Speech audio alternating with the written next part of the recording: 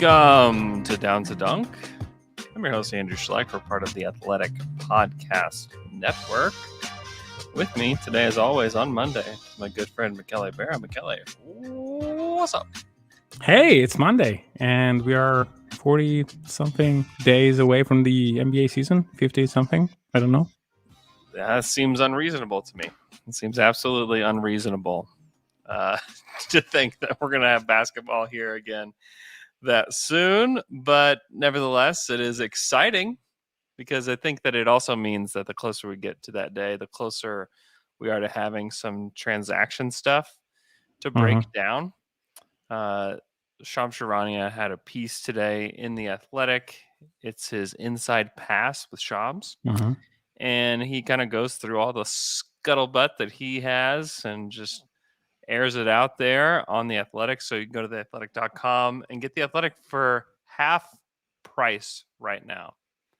So I actually gave away 5 30-day passes today on Twitter. But if you missed out on that, go to theathletic.com/down-to-dunk and you get it for 50% off. So it's a great deal. That's insane. And you can get this for free. Not for free, but you get this for 50% off. You can listen to our podcast ad-free. Lots of great benefits. And if you like multiple sports, it's just like a no-brainer to have access to it, just because the reporting is second to none. And I can confidently say that. with and even if you don't like media, and even if you don't like a sport today, I mean, I got into NFL, like the weeds of the NFL, mainly because I was able to read stuff on The Athletic. I mean, I won't tell the team that I support because it's kind of hated in OKC for various reasons. But I mean, I that I'm a number guy, and I mean, I had like no knowledge of the NFL whatsoever, and in a span of a season and a half, now I'm all into all the advanced metrics that they have, pressure, quarterback pressures, and stuff like that. I mean, it's EPA and whatnot. It's all thanks to some great writer that The Athletic has. So yeah, go check it out. It's worth your time. So one of the biggest thing is Ben Simmons, and it's something that we're all waiting on. We're all waiting to see what they're going to do with Ben. It feels like he's not going to play for the Sixers, and I'll even go in and say I don't think he's going to play for the Sixers at all. Whether that be he gets traded before the season, which I think is likely, or he just refuses to show up. I think that's probably on the table as well. So as of now, Minnesota and Toronto are the two teams that have been trying to get Ben, which is just like funny. Like Toronto is trying to build a team of only guys who dribble and defend and pass and have trouble with their shot. Like that's and are 6'9" and above. Yeah, and are 6'9" and above. Yeah, that's the team they want. And Ben Simmons would fit that to a T. Now, the problem is for both Minnesota and Toronto, what can they give back to the Sixers that make the Sixers a title favorite or even a contender? The package that Minnesota has to offer is not going to get them there. Like Beasley, McDaniels, D'Angelo Russell, like that's not going to get you there. That's not going to take you to the promised land. I mean, D'Angelo Russell, if he's your second best player or third best player, you're just not going that far. So they're obviously waiting on Dame. Yeah. And I think they should be patient. They should be patient. The Sixers should. Because if Dame becomes available, then you offer Ben and you offer any amount of picks possible to pair Dame with Joel Embiid. And then we talk a lot about how there's not many teams in the league that are going to be in the West that are for sure going to be in the lottery. Now, if they get Ben Simmons, I don't think they'll be in the lottery, or at least they could still compete for the play-in. That's certainly possible, but we could see a Rockets-like transformation for the Blazers if they do indeed trade Dame, but that's all theoretical at this point. Yeah, and I'm not even sure that a team like Portland will want Ben Simmons in a little trade. This is not what Yeah. I would go after. Mm-hmm. And so I think that teams like Minnesota and teams like Toronto are right to be in the pursuit of a guy like Mm-hmm. Simmons, because I think that the Sixers will need them in order to get a 1A type of guy. Because if they want Lillard, I mean, if you're Portland and you give away Lillard, the thing that you want is probably 5 first rounders, and if you're the Sixers, I mean, you cannot give all that amount an unprotected first round. You can give swaps, but I think that like 5 real unprotected first rounders is a good ask for Yeah. Damian Lillard, which I value probably a little bit more than James Harden as of today. And so, yeah, Why? is that because I think little. he's a better leader Yeah. and as efficient in terms of scoring and as bad defensively. Just bad defensively. I mean, if you want a high charter guy to pair with Embiid, I think that there is no one better than Lillard. And I don't know how the hierarchy will work there, but I'm sure that Lillard could make it work, and they would be perfect together. And so to me, it's the perfect pairing, and it's worth the waiting if the price is the same. And I think that you can send Ben Simmons for little return in terms of player to Minnesota just to make the salary work, and 2 first rounders, 3 first rounders if the return is bad in terms of players, and you can add a few first rounders and send everything to Portland, and that will work.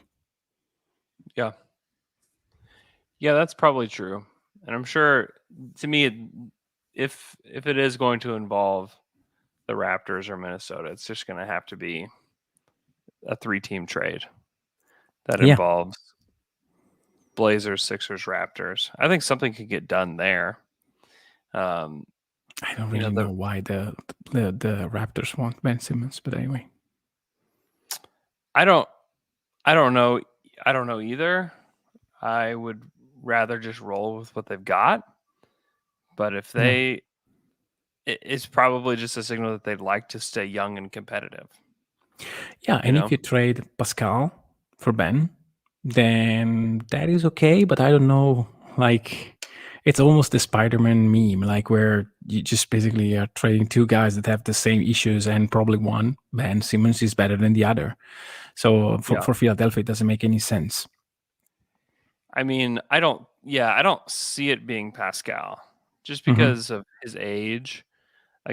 Maybe it's OG and Goran Dragic's contract to get you there. Then all the picks go to the Blazers, and then the Raptors end up with Ben, and the Sixers end up with Dame. Something like that, I think, would make sense. Yeah,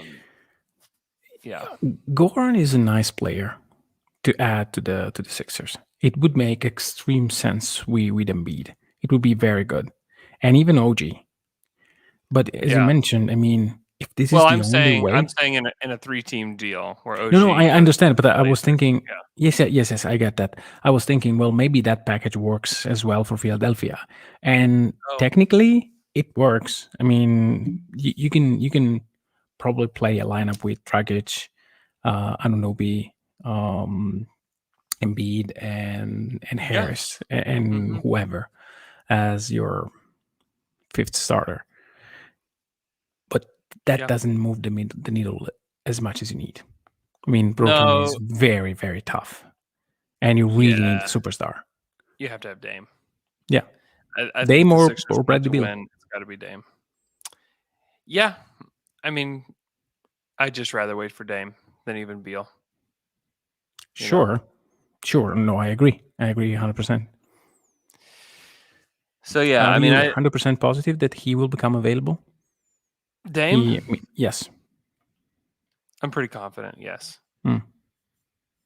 I'm pretty confident that he will. And the thing with Dragic can't be traded until October 5th. So Yeah. 60 days or 2 months has to pass in order for them to be able to trade Dragic, to aggregate him with somebody else. So they couldn't trade Dragic and Anunoby today. Yeah. Maybe that's something they've talked about, or they talked about Dragic to Dallas, or whatever it is. Mhm. But having that Dragic money helps the Raptors quite a bit, because then you can just Yeah. hang on to everybody else. Yeah. And you don't have to worry. Like, you can keep Pascal, you can keep Fred, you can keep all those guys. If you want to keep Chris Boucher, who's making $7 million, like, it's not like he's making a ton, but it's just nice to have that salary to match in a trade.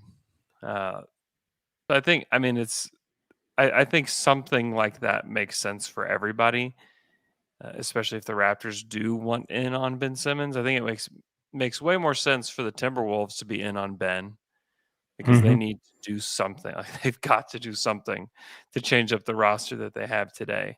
And so I like that for them. But for the Raptors, it is a little confusing, but it also fits the mold of, they took Scotty Barnes because of this reason. Mhm. And, maybe you're just like the best defensive team in the league, down the road. And Yeah. you just hope that somebody figures it out, offensively as a primary guy. So That is a tall task, though. it's a tall task. It is. It And is.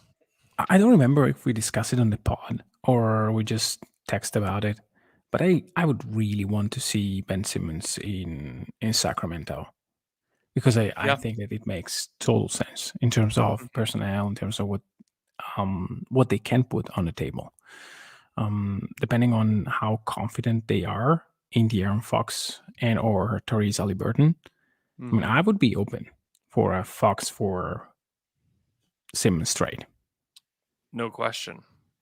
with No probably a question. couple of firsts from Sacramento, or just one good first, and maybe a young player.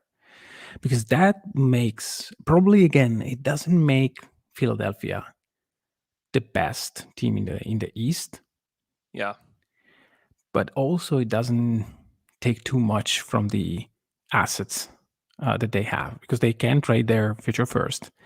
And the Aaron Fox is probably as good as an asset, especially if you blossom alongside Embiid. You probably have another asset, young asset in your team, and maybe if Mhm. they work out together, maybe you are a very good team. Maybe better than anticipated. I don't know. I think that makes sense for Yeah. both teams. But again, maybe they're too attached to their own players to pull a trade like that. Yeah, I could see it being hard for that to happen, but I think it does make a lot of sense, because the Sixers do need a primary ball handler, Hmm. and Fox is still 23, man. Like, Yeah, he's still so young and has a lot of room to grow.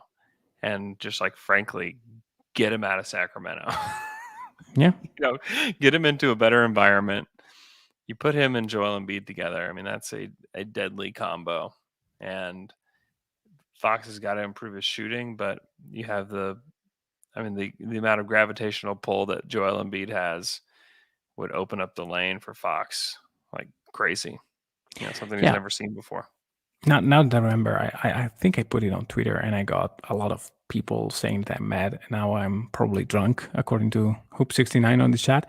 Um, I just I just wouldn't. It's not a very difficult opinion to have to say that Simmons is better than Fox.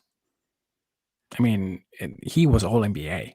Fox was never near that kind of player, Yeah, and we never some of saw it, some of De'Aaron it's the Fox in the environment postseason. too, though. Yeah. But we never saw De'Aaron Fox in the postseason. I mean, I argue that you can go behind and pick and roll to De'Aaron Fox and just take a nap, and he won't do Mhm. anything. Yeah. So you can employ the same scheme. It's just a different kind of player. And defensively, there is like a wide margin between them. Hey, Like Mikaele, you can you keep anchor. going. I've got to take a phone call real quick. You keep going. Yeah. So I agree that it seems stupid and probably worth of your drunk Mickey, but if you go back and look at the numbers and you go back and watch Fox and other guys in Sacramento, there is a stark difference in the things that Ben Simmons does at an elite level. And like I can ask you right now, what is this Fox does that is elite? He's very fast. He's not efficient in pick and roll. He's not efficient, period. He does not play defense. He can create, but I mean, he's not a top guy in terms of creation from the dribble. And so Ben Simmons is an elite rebounder for the position, is an elite defender, period, in the NBA, worthy of top 10 every single year.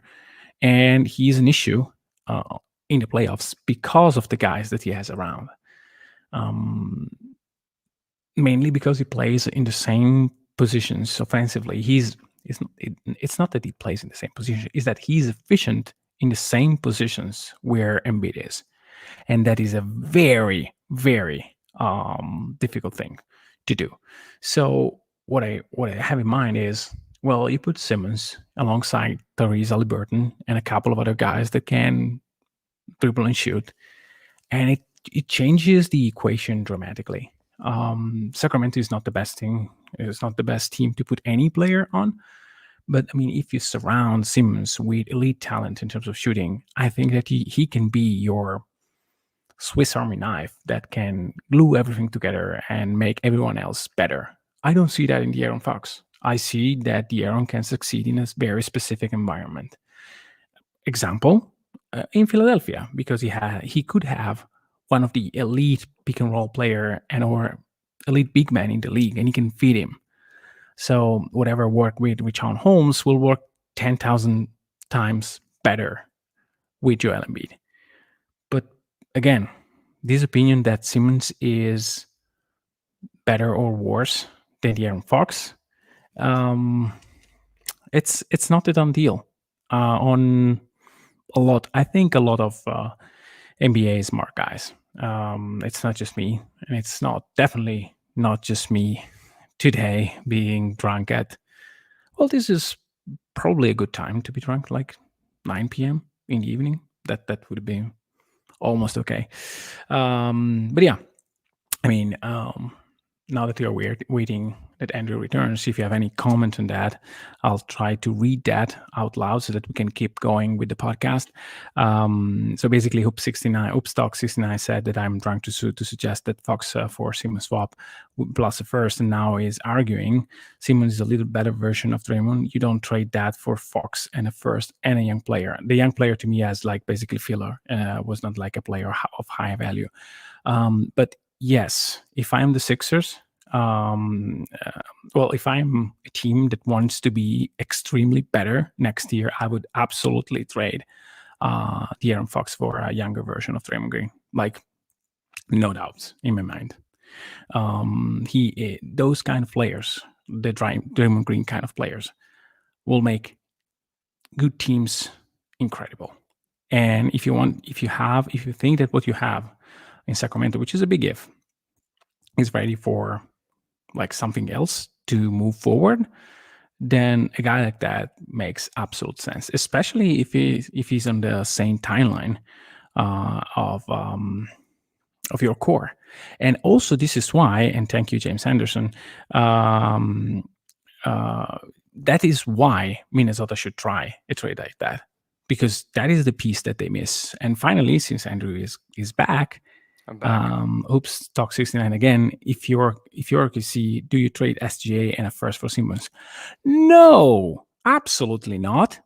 And now that we are we are talking about SGA, I don't really see SGA being in the same tier of De'Aaron Fox. It's not even close. I think that SGA has all NBA potential. I don't think that Fox has. And so, no, I wouldn't. But that is simple to me. The Kings would make that trade because they've had no hope of being good. And they have lots of guards now. I think they really believe in Halliburton. I think they do love Davion.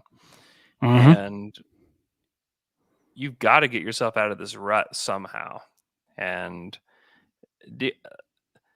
let's just say the personality differences between De'Aaron Fox and SGA are like the margin is wide. And the work ethic stuff, the margin is wide. And the situational issues that the Kings have, I think it is really hard for.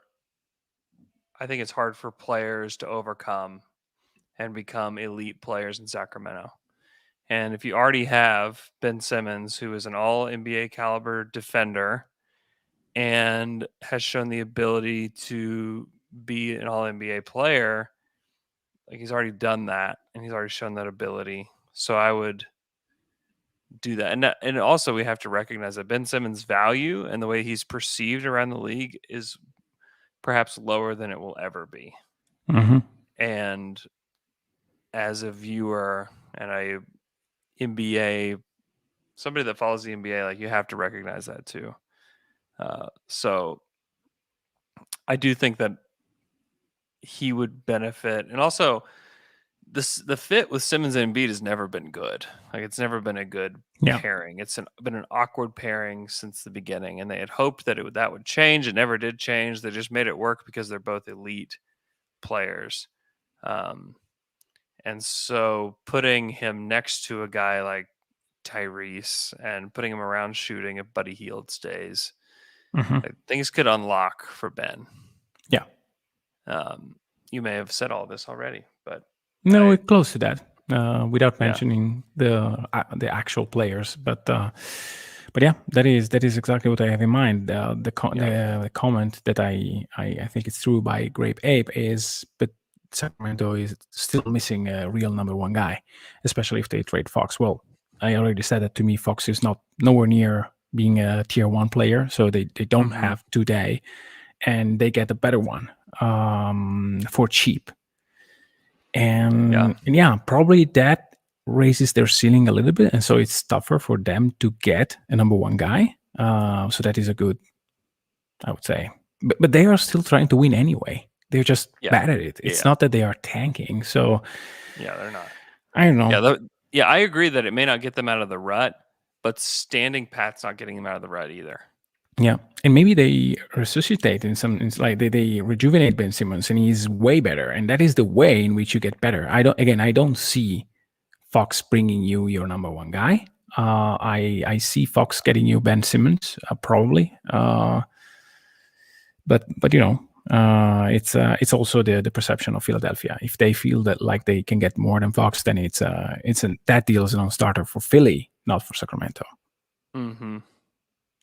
Yeah, I still think the plan is Dame, and so Fox is a massive downgrade from Dame. Oh, massive. yeah. Like they're on different planets. Yes. So, speaking of that, before we actually get to our main topic of the day, which is ranking the guards in the Western Conference and trying to figure out where SGA fits in the not pecking order, but just in the order of best players in the West. We're going to take a quick break. When we come back, we'll start with the best guards in the West.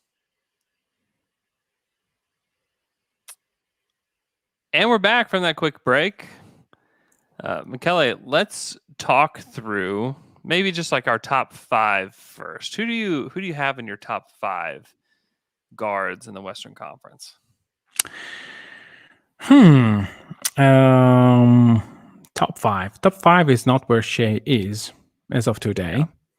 And I think that top 5 is also where Shea is extremely unlikely to be by the end of the season. And the way in which I'm thinking this ranking is not who will be the best player over the next 5 seasons or over the past 5 seasons, including the next one, whatever. I'm strictly thinking you need to have a guard for next year only. And you have to factor everything into your decision. Playing time, everything. And to me, even factoring all that, I don't see Shea being in the top 5 of today. And probably top 4, absolutely not. I see Curry, Doncic, Lillard, and Don and Devin Booker there. Yeah. I don't know. I still struggle with the Phoenix guards. To me, are 4 and 5, 5 and 4, whatever. Yeah. Chris Paul and Devin Booker there. So Mm-hmm. I don't see Shea jumping them. Maybe Chris Paul. Yeah, my 5, I have Steph number 1, Dame number 2, Luca 3, Mm-hmm. Chris Paul 4, Mm-hmm. and then Donovan Mitchell 5. Oh, okay. That's my 5. Okay. Where are you That's giving me fine. that I, the I to begin with? Luca, after Dane. Yeah. I think that Luca is up for an insane season. Yeah. I mean, it was splitting hairs, Yeah. Between those two. And basically, it's if I'm trying to win the title next year, I might rather have Dame, but it's like so close. Yes. Oh, I agree. It's incredibly close.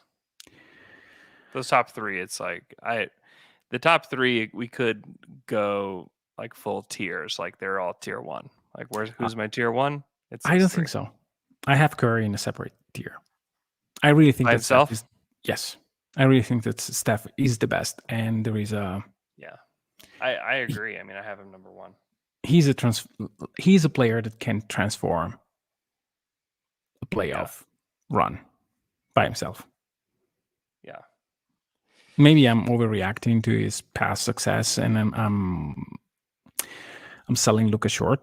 What he's doing in international FIBA and also like in general in the NBA, it's just insane. And next season he could very well take regular season into a different gear and just being like a complete force in the playoffs. We don't know. Yeah. So, and I see Lillard as a firm third.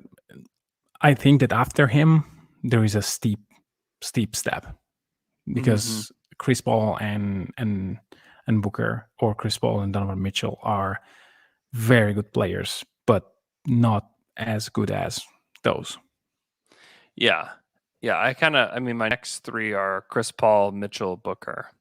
Okay. And you can quibble with the order that I have, whether you think that Booker's better than Mitchell or that, Chris Paul should be behind both of them.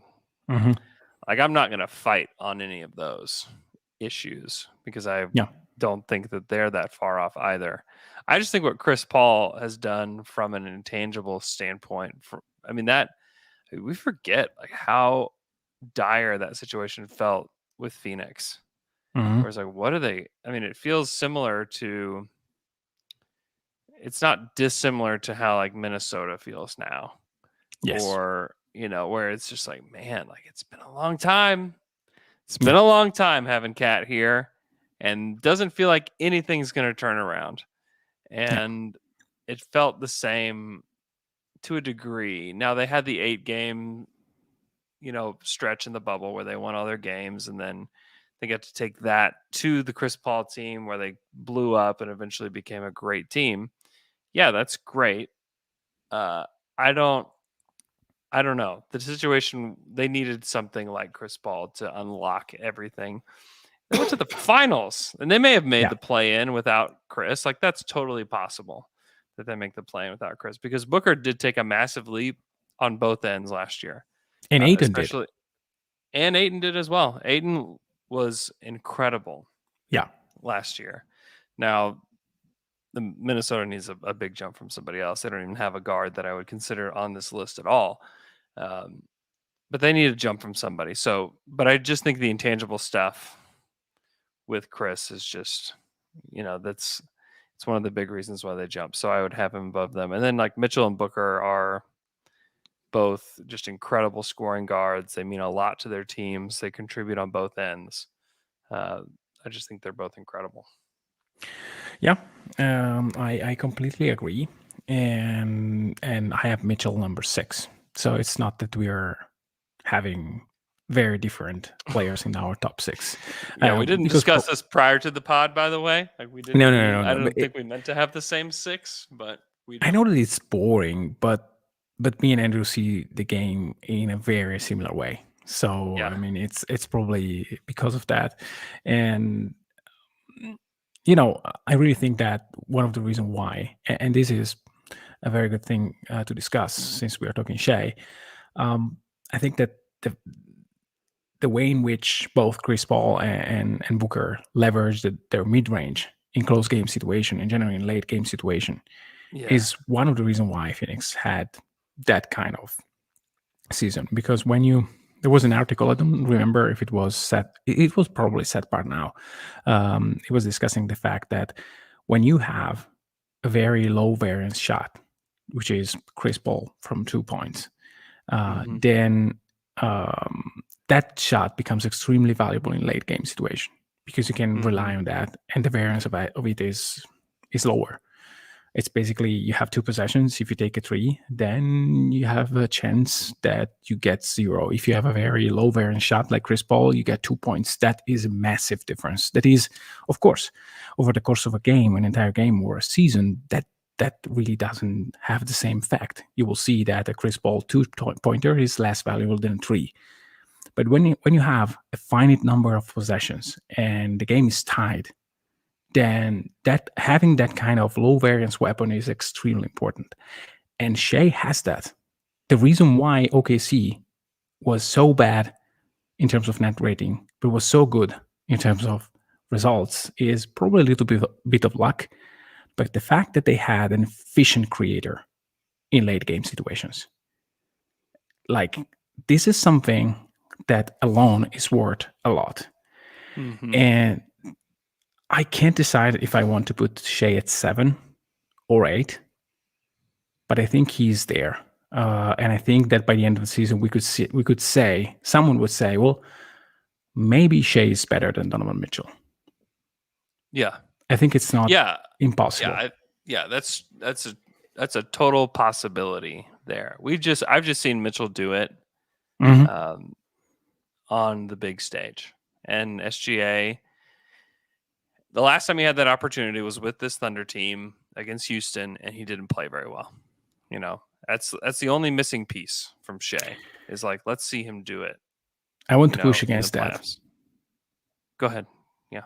I really think that he had not an exciting series against the Rockets, but he still had a very efficient one. And he was not in the best situations to succeed. The team was not like rotating around him. He had no one to attack in pick and roll, which is something that, especially because there were non-shooters on the court. And so I argue that was the worst possible team that he could face. If you think about Ja Morant, that he had an amazing run against Golden State, that was one of the perfect teams to feast on because they don't have point of attack defense in pick and roll. Like that is a massive difference. And also he had all the time the ball in his hands. That was not Shea's team. And so I really want to see him leading a team, and he won't probably next season. So he won't have that chance, not because of him, but because of the other guys that they have around. A couple of very easy to find stats that I think are extremely important. I just filter Western Conference guard, more than 20 games, and usage more than 20%, which is lead guards. True shooting. Shea is number, guess that, please. 2. Yeah. Curry 65.5. Shea 62.3. Effective field goal 2. 60.5 is Curry, 55.1. That is Shea Gilgeous-Alexander. Yeah. Like guys like if you rank in terms of true shooting, for example, I mean like guys like Booker or Mitchell, those are far behind. Like Mitchell is not even in the top 15.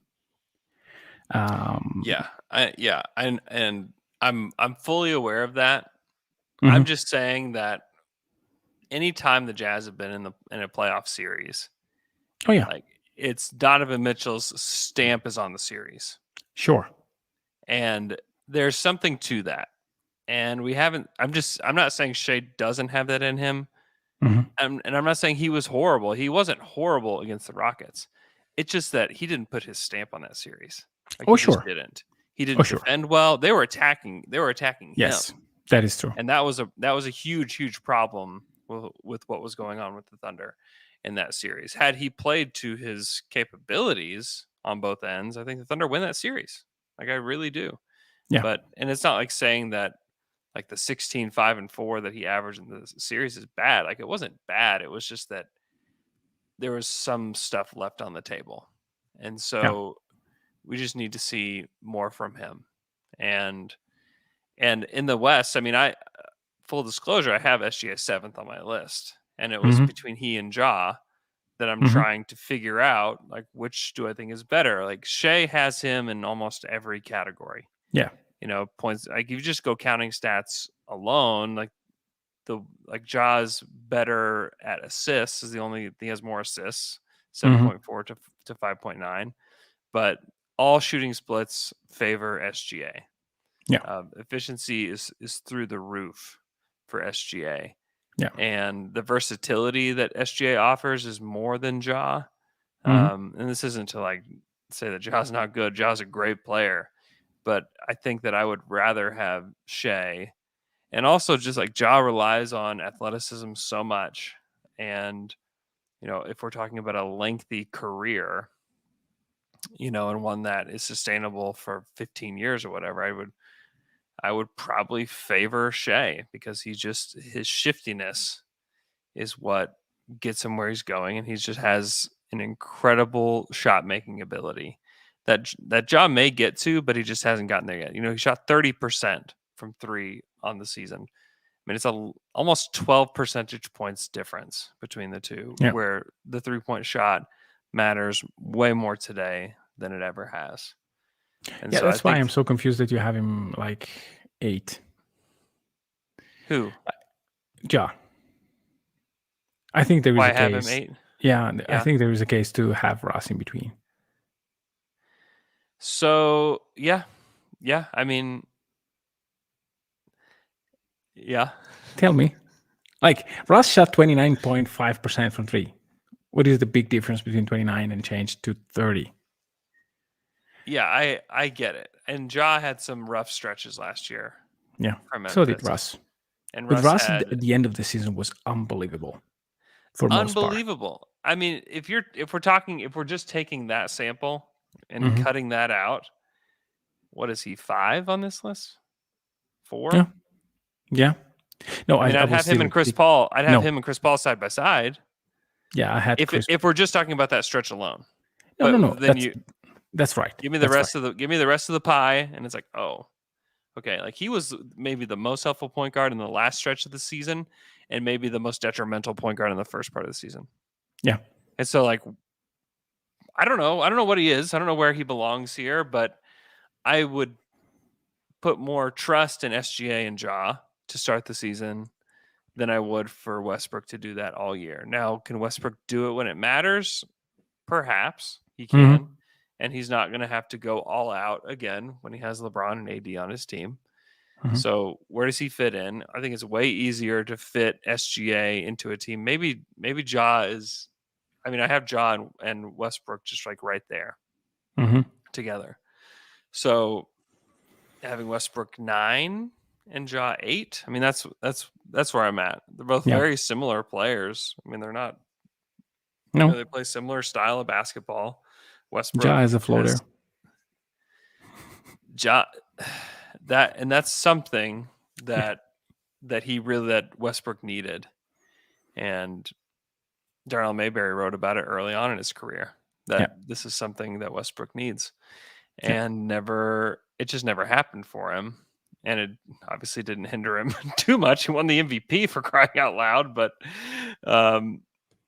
it is something that would have taken him to a completely different level. But for Westbrook at this stage in his career, with all the miles and all like the surgeries and everything that he's had going on to still be a top 10 guard in the West, when the West is still stacked, that's something, that's something. And for him to return to the West, after being in the East for a season, Yeah,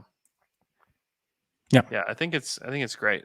I think it makes sense to have him there, but I don't know. There's growth to be had for John Morant, Yes. and I don't know. James Anderson says Ja wasn't efficient. Where does efficiency come in when determining how these guys rank? Ja was similar in efficiency to Anthony Edwards. I think it factors in quite a bit. I would also factor in winning. Yeah. Like Anthony Edwards putting up the stats that he did with the Minnesota Timberwolves, cool. It didn't translate to anything but having cool dunks and cool stats. He Ja was Morant not efficient and not correlated to winning. Ja was not efficient and he correlated to winning. Shea was very efficient and he didn't correlate too much to winning. Exactly. Ja wins games. Like he just flat out wins games. And that, that to me matters. To take that Memphis team, these past 2 seasons, they were 34 and 39 last season, 33 and 49 the season before. Like that's an accomplishment, man. Like that's an accomplishment. No, 38 and 34, sorry, last season, and then 33 and 39 the season before. Like that's an accomplishment. Yeah. To finish above 500 for that Memphis team in the Western Conference, where the competition level is high, and honestly, to get the season that they did from Ja, and then you factor in the season they got from Jaren Jackson Jr., who played, what did he play, 11 games last year? Yeah. Only 23 minutes in those 11 games. I would have said, yeah, they're going to be back in the lottery without Jaren, and they weren't. And some of that was the guys that stepped in played better than they thought they would. Jonas was very good. Dylan Brooks was awesome. Kyle Anderson was nice. That's great. But like JJJ is supposed to be their guy. And Ja was the engine of everything. Now, everything. Now, I want to go on the chat again because I think that there are guys that are worth mentioning, and I think that the reasoning behind them not being in the top 5 nor top 10 is health. We're talking Klay Thompson. We're talking Jamal Murray. I mean, those players at the top of their skills are probably better than Shea. Surely Klay, probably also Jamal. But what I said at the beginning was I want a player for next season only. And this is basically how you do all NBA. You don't project too much into the future. You just stick with what you saw and you basically decide who you want and who's the best for you. I think that there are so many questions about Klay. So many. And Jamal may play 35 games, 20 games for what we know. So I think that the season worth of Shai Gilgeous-Alexander, who has like some sort of injury concerns, but not to that degree. I think that you have to factor in. And again, I mean, to me, if like I like Jamal Murray, but he is to me kind of in the same ballpark and probably below Shai, even when healthy. I think he's far below Shai. I think far no, but below yes. I don't see far, but I see below. I mean, not in number, but in skill set. I think he's pretty far below. Yeah, like I have him at 10, just because I think that he comes back. Denver's a title contender if he's back, and he's like really back. But yeah, and I don't have Klay on my list at all. Klay's not playing until Christmas or maybe after. And we haven't seen him in so long, and the age stuff is a factor. I feel way more confident about Jamal Murray coming back and what that looks like. And Jamal was having a great season last year. Had he stayed healthy and everything, I think that maybe this is more of a conversation because he's 21 points per game, 40% from 3 on 6 attempts.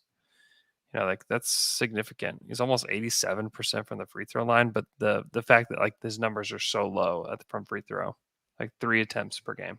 I mean, that doesn't cut it for me. Like if you want to be like a primary guy, 3, that's just ain't it. Like that is not star level stuff. Shai was 6 attempts last season. And he will probably improve upon that. Yeah, Have I a bet expect on that to that. be 8. I expect it to be 8+, Yeah. and that's where you get in like the Trey Young area of like guards, where it's Yes. okay. I get 8 to 10 points every night just because of how aggressive I am. Like Yeah. that's what happens. And then if my shot's falling, I'm gonna put up 40 on you. Yeah. And if it's not falling, I'm gonna score 25. You Yeah. know, that's the way it goes every single night. That's what happened with that's what stars do. That's what Durant did just every single night. And he had, I don't remember what the streak was, but he had 30 points so many games in a row because it was just, hey, I'm getting 12 points from the free throw line every night. Yes. And there's zero things you can do about that.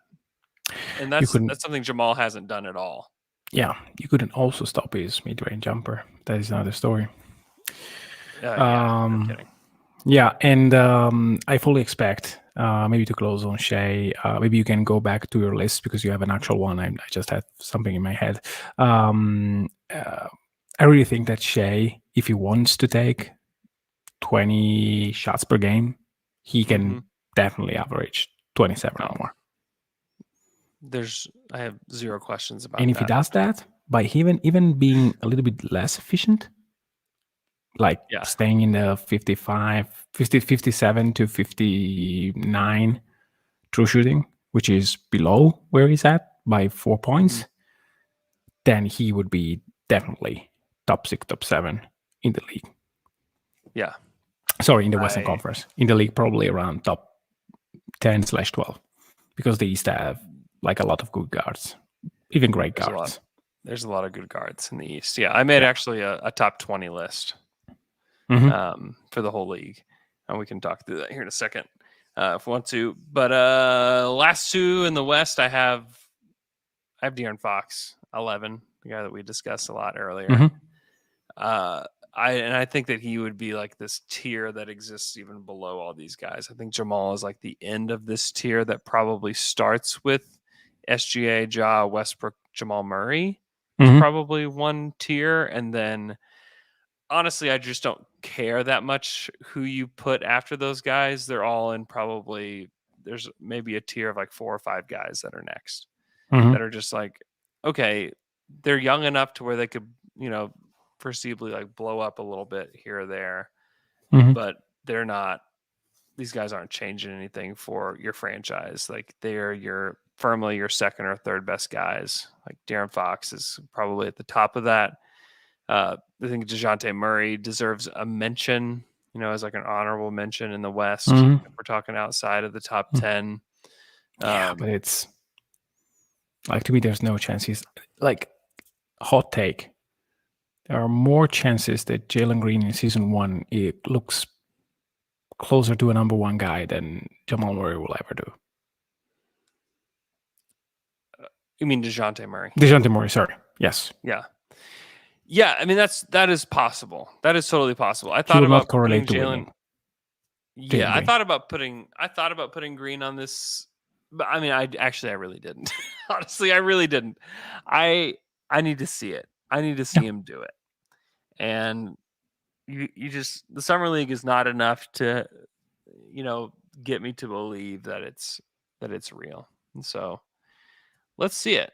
CJ McCollum is another guy that probably deserves mention on here. Yes. Then, like, who else is it? I mean, the guards for Minnesota deserve like Mike Conley probably mention. Yeah, Mike Conley definitely deserves mention here. Yes, I almost completely forgot about him, to be honest, because he's like the most neutral name in the NBA. It feels like. Yeah. I don't know how to feel about Russell. Yeah, that's what I'm saying. Like, I don't know. Like, what do you do with D'Lo? What do you do with Anthony Edwards? Both entertaining players, but like, what do you do? Where do you put them on this list? What are they doing to help you win games? Yeah. Maybe you can put Fox, McCullough, then Conley in a tier that is not very below.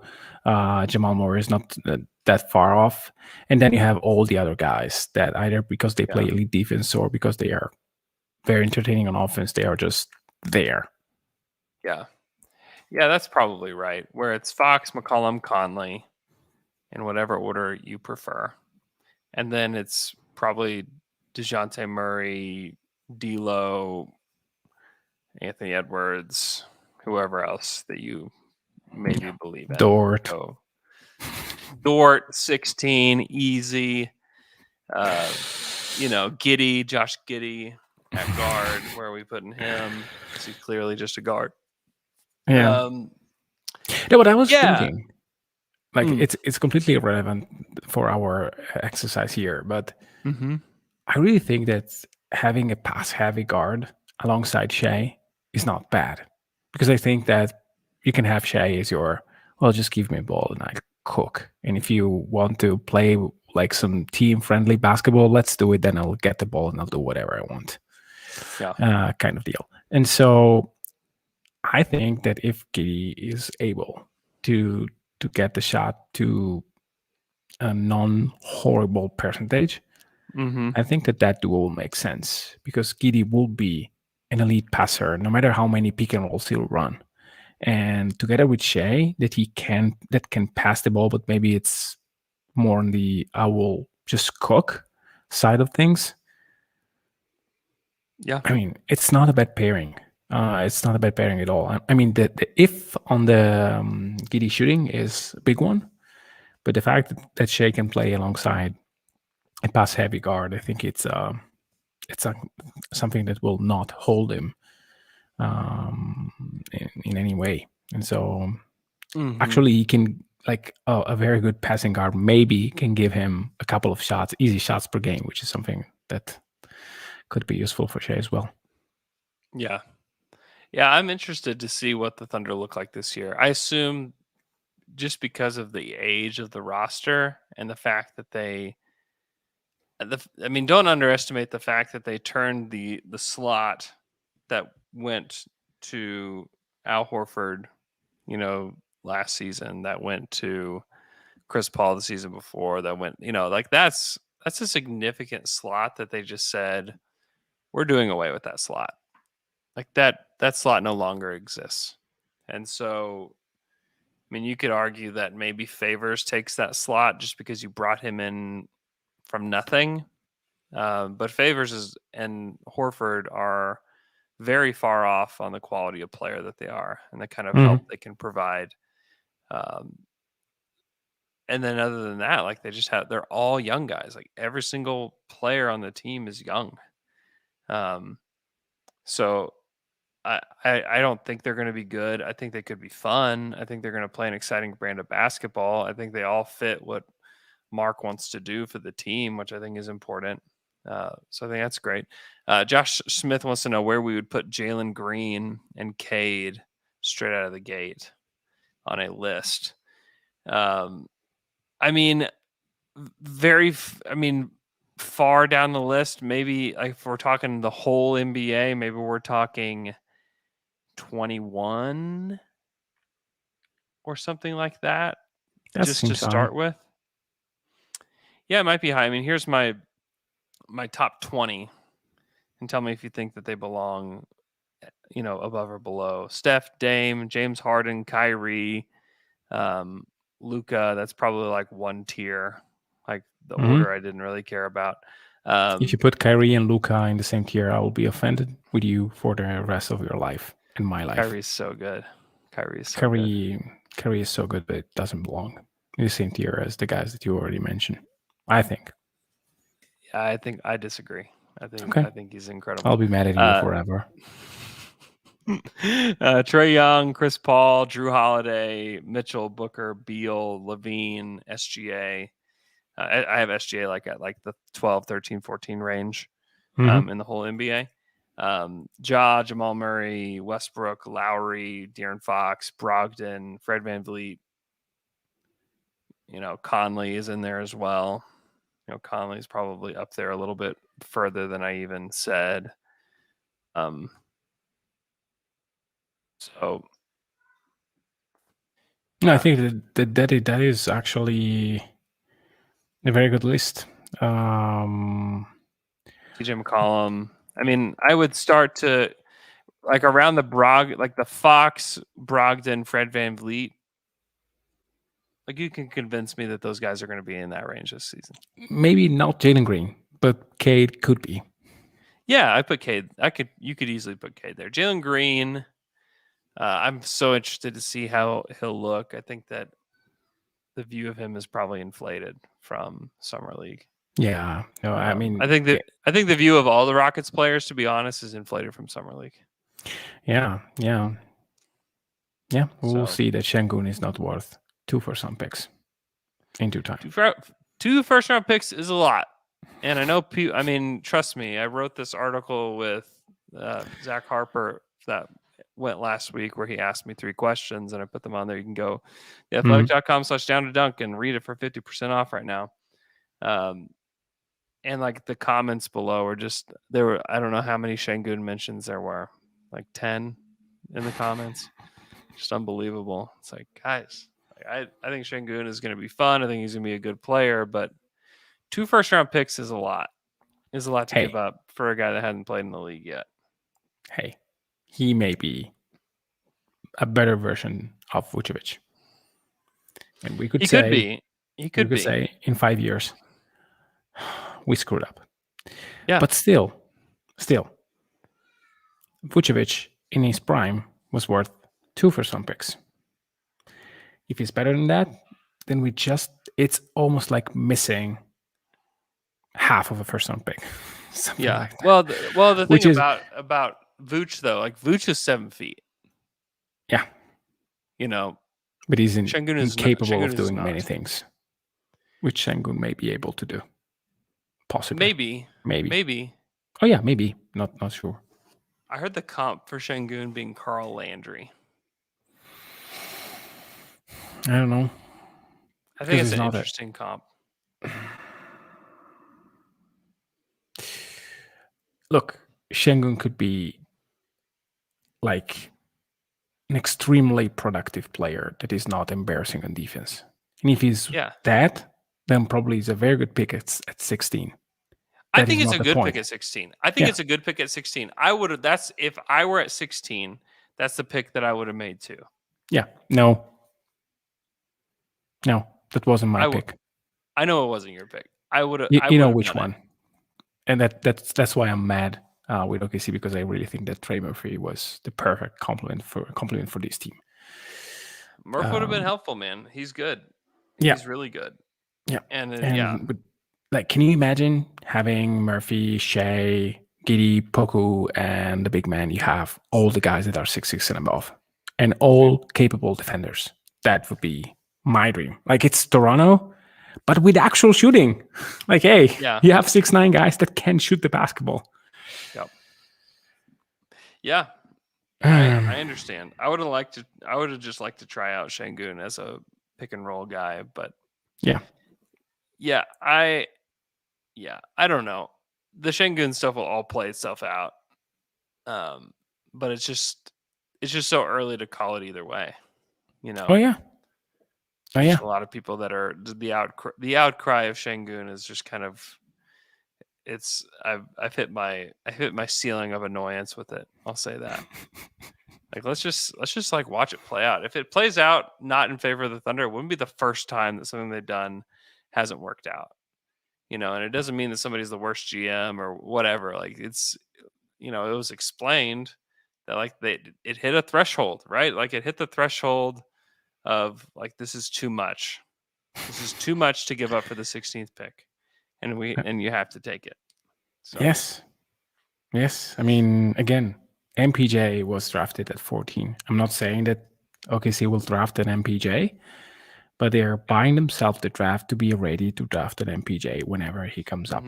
And remember, you were so mad about Şengün, but you were so happy about the 2 first-round picks that OKC packaged together to get Poku. You don't get to do it both ways. Like, you either happy because you have 2 first-round picks that you can play to get the guy that you want, or you can be mad because you use a first-round pick when you could have 2. Just one or the other, not both. And I think that it's so. And then you can, and then Poku can be bad and Şengün can be great. But the point is, you need to factor the opportunities, the likelihood that that player will reach his ceiling, what you want to build as a franchise. We don't know those players. This is a reality. Like, we don't know how they are. I mean, you guys are like, you have a normal job like I do, not like Andrew, who has an amazing job. Like, you are in an office, and there are personalities. There are guys that are able to do their job as the leader of that office commands. There are guys that are just on their own, and you have to manage those things when you want to build something that is cohesive, that where you have to put something above, like the entire construction. Otherwise, you are in a market that has so many better places. And so you have to have something special. You want to build something strong, something that is more than a brand, something that players will recognize as a place where you do stuff in a certain way. And if you want to build that, you have to be extremely careful. I mean, the Lakers, they don't possibly care. You can go from Russell Westbrook to Dennis Schroeder, and you will have, if Russ doesn't pan out, who cares? You can move it. They will find a way to move him, and they will just retry because they are LA and whatever. They can do anything. OKC doesn't have that luxury. And so they have to build stuff in a different way. And they always did. I mean, they traded away Reggie Jackson because it didn't fit. The talent, the talent was there, clearly. He was a talented guy.